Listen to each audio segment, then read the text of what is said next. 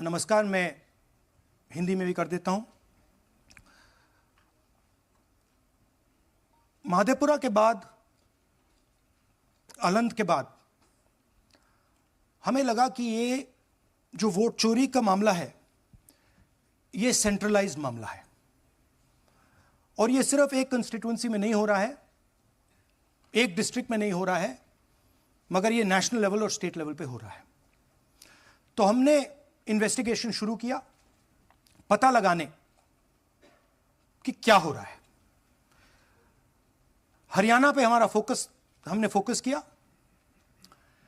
क्योंकि exit polls दिखा रहे थे कि कांग्रेस पार्टी हरियाणा को स्वीप कर रही है। ये देखिए 5 एग्जिट पोल्स हैं। एग्जिट पोल सबसे एक्यूरेट होता है, ओपिनियन पोल से एक्यूरेट एग्जिट पोल होता है। ओपिनियन पोल्स भी कह रहे थे कांग्रेस स्वीप करेगी, एग्जिट पोल्स भी कह रहे थे, हमारा डेटा कह रहा था, हमारी पार्टी कह रही थी, बीजेपी के लोग भी हमें बता रहे थे कि देखिए आप इस बार हरियाणा में सरकार बना रहे हो।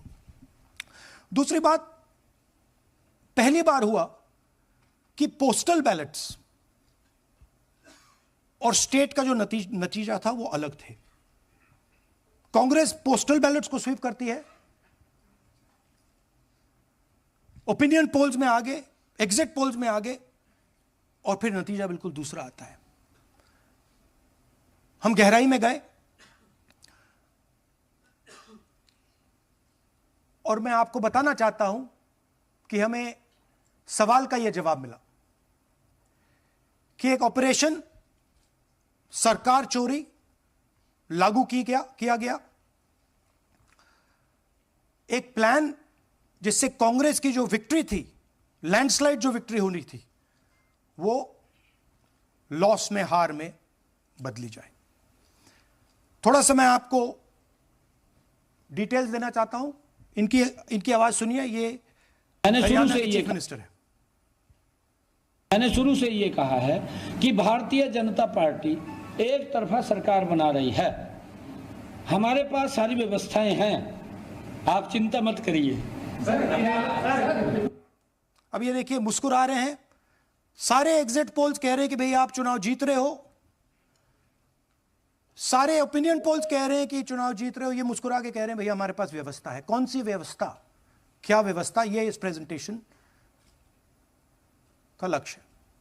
आपको यह समझाना कि इनके चेहरे पे जो मुस्कान है ये क्यों है। मैंने शुरू से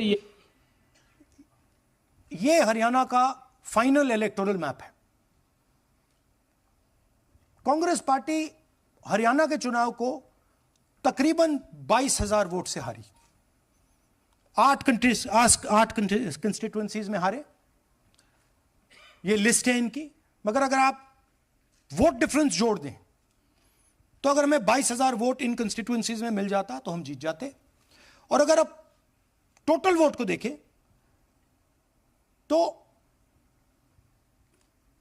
1.18 लाख वोट का अंतर था उनमें और हमारे बीच में। यह आप नंबर याद रखिए।